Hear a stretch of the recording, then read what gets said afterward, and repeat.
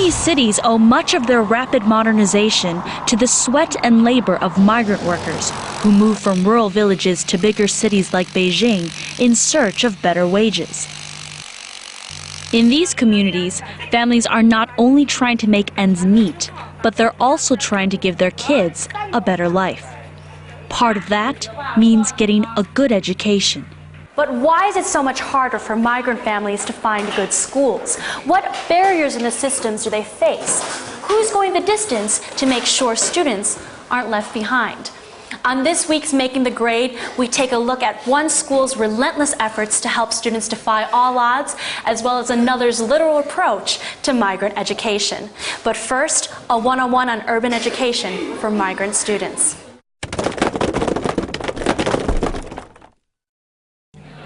The Chinese government estimates that 240 million migrants work in cities.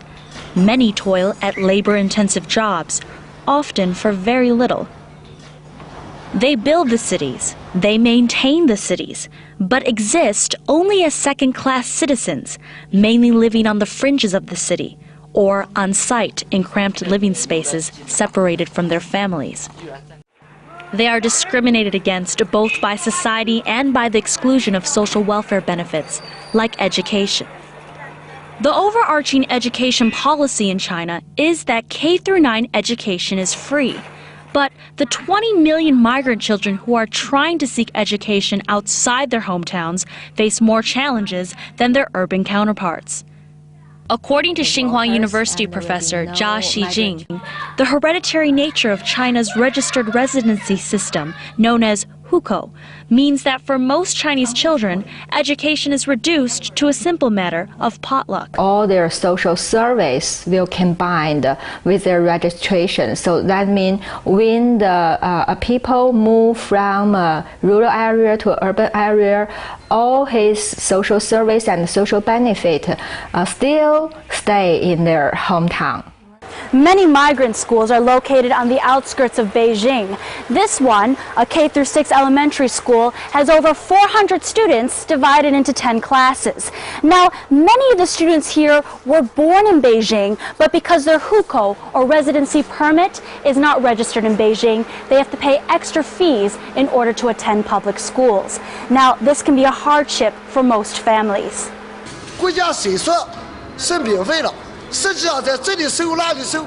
Let me put it this way. The government says that compulsory education is free, but the fact is, schools still charge for this and that, which means we still have to pay for extra costs. There's too much.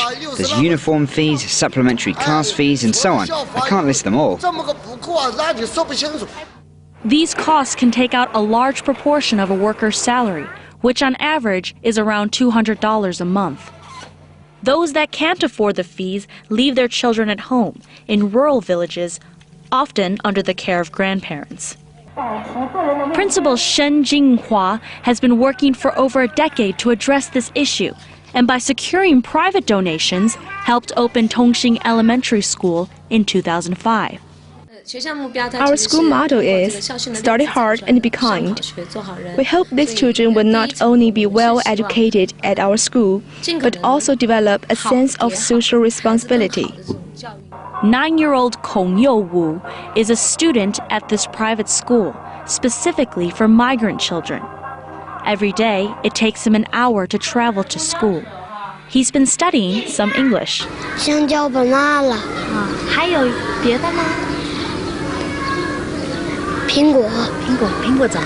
Apple.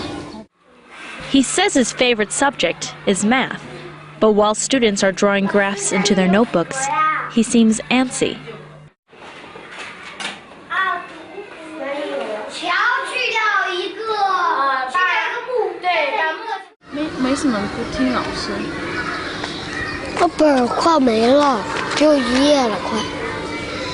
His teacher, Miss Zhang, says students may fall behind for various reasons. Students don't often get help at home. Their parents usually work late and don't have time.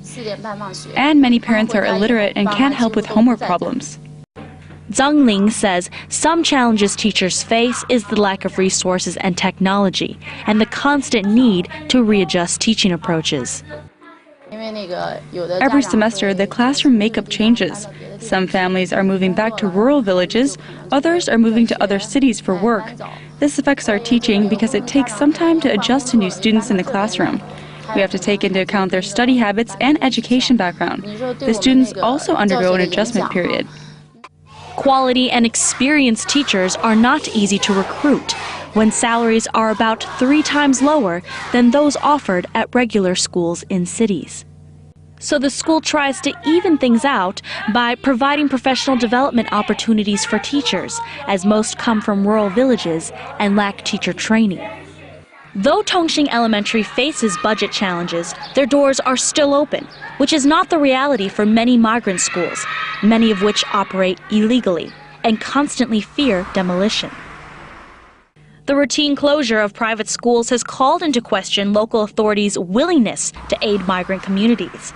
The government's explanation that private schools do not meet the criteria set out by the Ministry of Education seems strange when faced with the alternative: no schooling at all. The forced closure of private migrant schools has left many children without access to even basic education. But the education landscape is changing.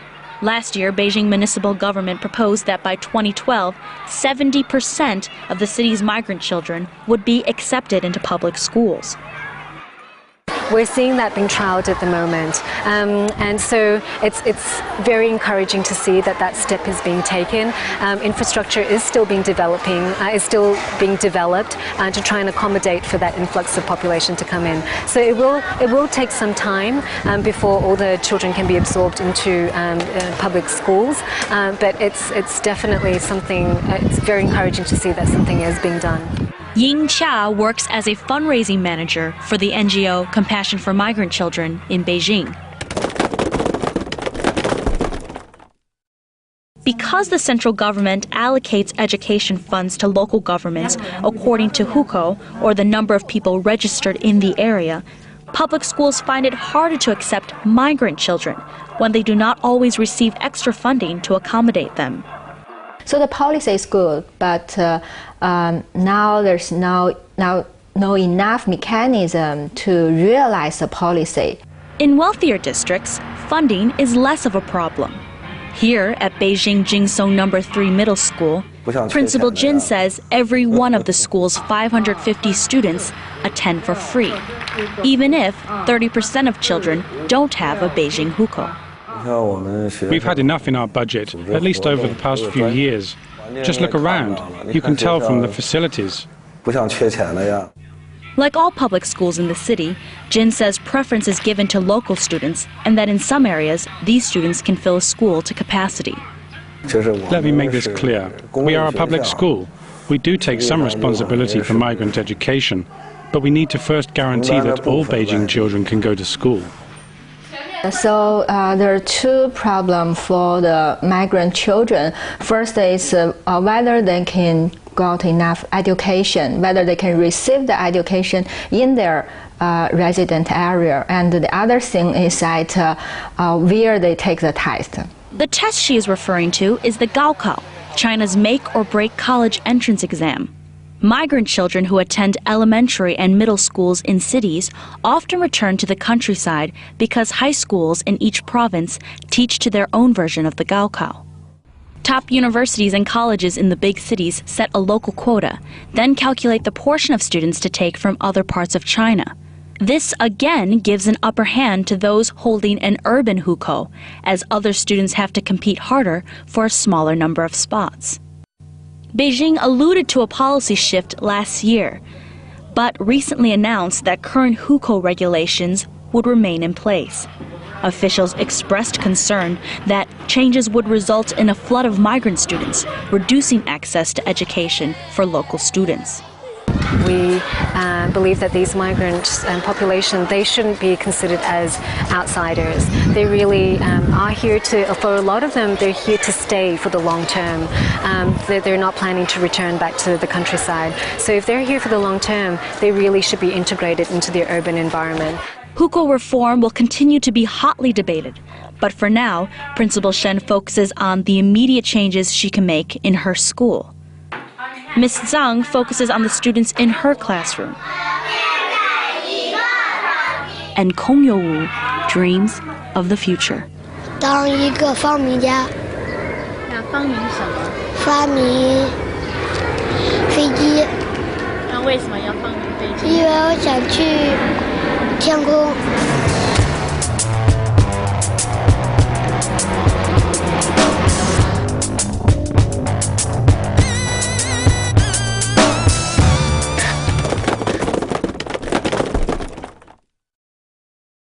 Miss Zhang shares a tip she uses in her classroom to encourage kids to do their homework. I check homework every day in the morning. If the students do not finish their homework, they have to stay in during lunchtime and a recess to complete their homework. Sometimes I will make them watch the other kids eat, so they feel a little hungry. If there are no mistakes, I will draw a smiley face or a star to let them know they did a good job. When the kids see the mark, they get really excited.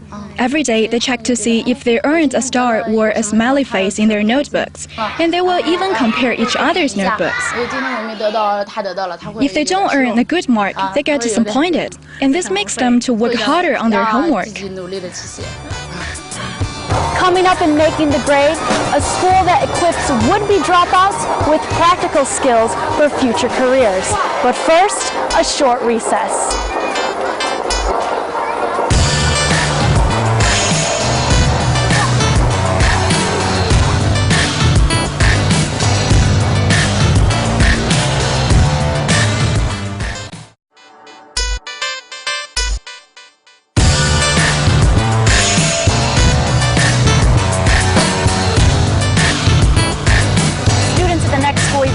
Have a less traditional curriculum.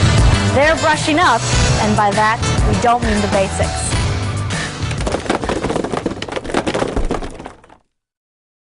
I 叫张威，我今年15岁，我来北京6、7年了。 Before coming to Love and Hope Vocational School, Zhang Wei was in a private middle school in northwestern Beijing. His parents are migrant workers. 我妈妈是 小时工和那个家政，然后我爸爸是打点小零工，还给人偶尔装修。我自从我以前在那个学校，因为那学校是条件比较艰苦嘛，就是说学的东西不多。但到这学校来的时候，我发现我的成绩上涨了，然后呢现在也学会了基本能弹2首歌。 然后现在也能认识点英语，然后也明白语文课文中一些难懂的意思。这就是我的分享。 Zhang Wei is learning to make teeth implants. Like the other students in class, the intricate craft could provide him with a future that at one point looked bleak. Many migrant schools here, they only have middle school. They don't have a high school, and they cannot afford to go to government high school. And also there are not many government-run vocational school open to them. So they just stay at home, wandering on the street. She's the director of Love and Hope Vocational School and wishes to remain anonymous. To protect her identity, we'll call her Li. The class bells chime over this small compound outside of Beijing, where a dozen underprivileged teens live and study. It's here the students spend a year and a half training to become dental technicians, followed by a 6-month internship. Most of the students went to migrant schools in Beijing or were left behind in rural areas while their parents found work. Although some did attend middle school, Li says they come to Love and Hope with very low academic levels. We let them type in Chinese, they don't know Pinyin. So we have to go back to teach them Pinyin. Yeah, that's really hard. And like last group, where we teach them Excel, they found they don't have really basic mathematics, background. So the school provides the basics: Chinese, English, and computer classes. Students even learn guitar. Yet the focus of their education is dental lab training. As a relatively new field in China, Li suspects it could provide the students with practical future job prospects. Students work to cover their own food costs, and donations cover education and housing. But as Love and Hope is registered as a business rather than an NGO, it's difficult to get that funding because donations are not tax deductible. We need to pay rent every 6 months. Last month I should pay 50,000 for next 6 months, but I still owe owner 20,000. It's a big amount. A lot of work. Yeah, we don't have any support from the government, even the land, even the the material, the teachers. We have to pay everything ourselves. The challenges are nothing new to Lee. The past decade has been just as grinding. Lee's mission to develop better education for disadvantaged youth began when she took over a primary school for migrant kids in 2001. The school relocated 2 years later during the SARS scare, then was completely shut down in 2006, along with scores of other illegally operating migrant schools. The government asked us to close up all the migrant schools in our area, in Chaoyang and Zhejiang County area, so we obeyed. So she faced the challenge of continuing to provide opportunity for the children while still staying within the city's legal confines. When we were still a migrant school, we already feel that they need further education after middle school. Because most of their parents, they thought they all grown up and nobody really gave them a correct direction. Love and Hope opened in 2006. Its first location is shown here. But today, this is what it looks like. Late last year, after a weekend away, Lee returned to find the property completely destroyed. The government had zoned the area for redevelopment, but Love and Hope staff had been holding ground for due compensation over its prior investment into the property. The landowner had reneged on a 12-year lease. Lee sued the landowner and won. Today, 2 tents stand amidst the rubble. A statement that the landowner still owes the school $80,000. We moved here last fall, September, because our old place, the whole village was turned down because of development.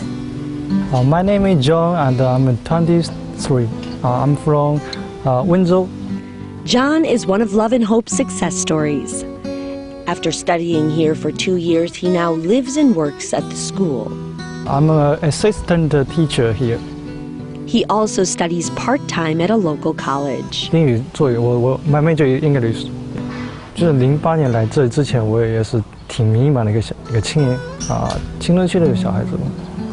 那时候就没想过要继续学习，后来还是来了，就第一年感觉自己改变特别大，心里也很高兴这样子。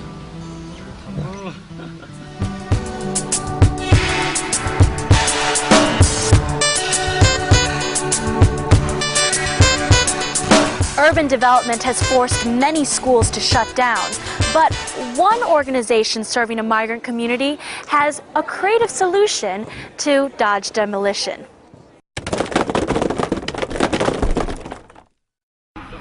What's easy to stack, easy to break down, and comes in all the colors of a crayon box? The Heqiao Community Cube Center is Lego-inspired. The centre serves the local migrant population in Heqiaochun, a village northwest of Beijing's 5th Ring Road. Inside of these shipping containers behind me are classrooms designed to provide teaching facilities for the area's local migrant community. Like those people they're intended to serve, these classrooms are mobile and can be redeployed at any time. This revolutionary design comes in response to the harsh reality faced by China's growing migrant community. The centre's launch marks Compassion for Migrant Children's opening of its 6th community centre in China.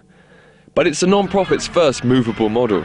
Our first community center was actually demolished with the entire community, and so we had to come up with something that was flexible, that was quality, and that could be moved with the community if the community has to move. Demolition is a constant threat to communities in China, as areas are speedily zoned for redevelopment. This interrupts education for migrant children, as many schools in these newly formed communities are shut down, sometimes with very short notice.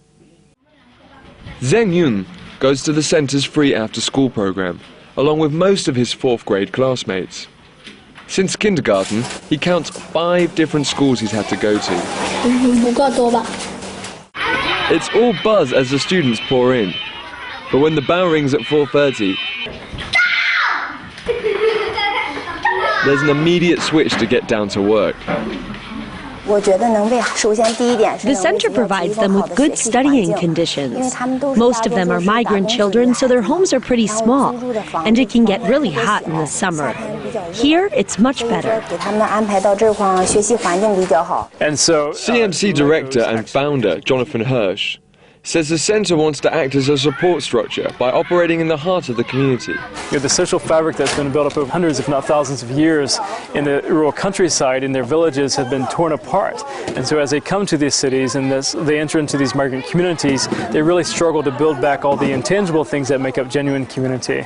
The sustainable construct is much like the organisation itself, which after 5 years finally was recognised this March with government backing. We just signed a partnership with the China Social Welfare and Education Foundation. And what this partnership allows us to do is open nationally across China, and we're able to fundraise locally in China now, and we're able to provide tax-deductible receipts and benefits to local companies too. A huge victory considering that operating as an NGO in China is not straightforward. Difficulties can arise due to restrictive government policies and a lack of trust. Beyond that, organisations without government sponsorship have to rely on foreign donors. Only 10% of NGOs in China are officially recognised by the government. The country is just so big, and there are just so many levels of management within the country, and making sure we're communicating to all the different levels, that can be a challenge.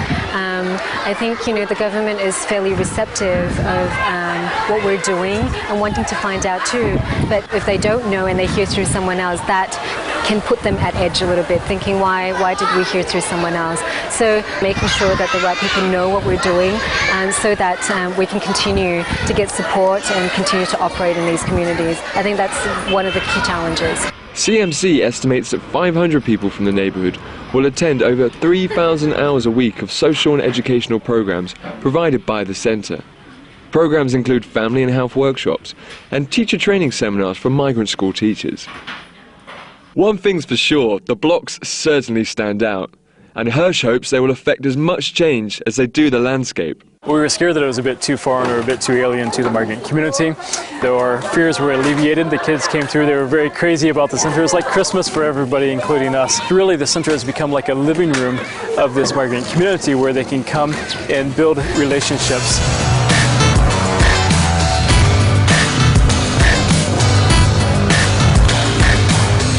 Migrant education will continue to top the agenda as a projected 400 million Chinese, a figure that surpasses the entire U.S. population, will move into urban areas by 2030. Thank you for watching Making the Grade. Please send your feedback, suggestions, and any story ideas to makingthegrade@bon.tv.